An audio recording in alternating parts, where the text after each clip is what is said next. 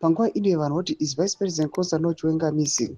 Ati vanokwanzi VP Constantino Chiwenga aiwa President Sisona address akanga asipo on Tuesday, and also kuonekwa kunzi on Wednesday VP Constantino Chiwenga also did not attend the launch of the new silos at JB in Mutare. Sarapena mashoko ationa kuti people they are questioning vachi VP Constantino Chiwenga how far varipiko.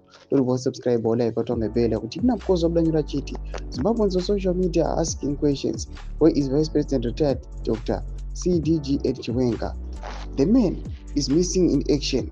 Yesterday, he did not attend the State of the Nation by President Mnangagwa at the new Parliament building. Today was absent again in Mutare at GMB. Mashoko anomuda panguva ino achikwesheni kuti vipi Constantino Chiwenga varipiko. Panguva panoonekwa kunzi there are power struggles ari kuitika muthe country pamwe chete muthe ruling party ZANU-PF. Toda kuti mutungamiri wenyika on Tuesday akanyadziswa zvakanyanya aiwa pamusoro pepower blackout yakaitika.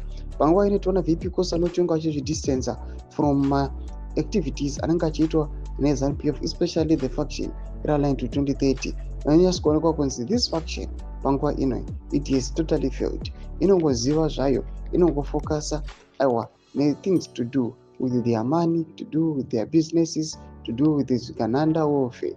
Pamwe nokudhishirana mota. Panguva ino VP Constantino Chiwenga vachizvidistansa vasobuda pachena kuti generally havanyasi kuona kuti 2030 plan haina kana future, it is against its own citizens. Mashoko ari kuda panguva ino ari kuonekwa kunzi VP Constantino Chiwenga at a time vari kuonekwa kunzi mapower struggles asvika palevel iri unprecedented. Chiwenga is remained silent. Panguva ino ari kuda kunzi aiwa amire aiwa arwise mvumba akwanise kuaustra zvigananda.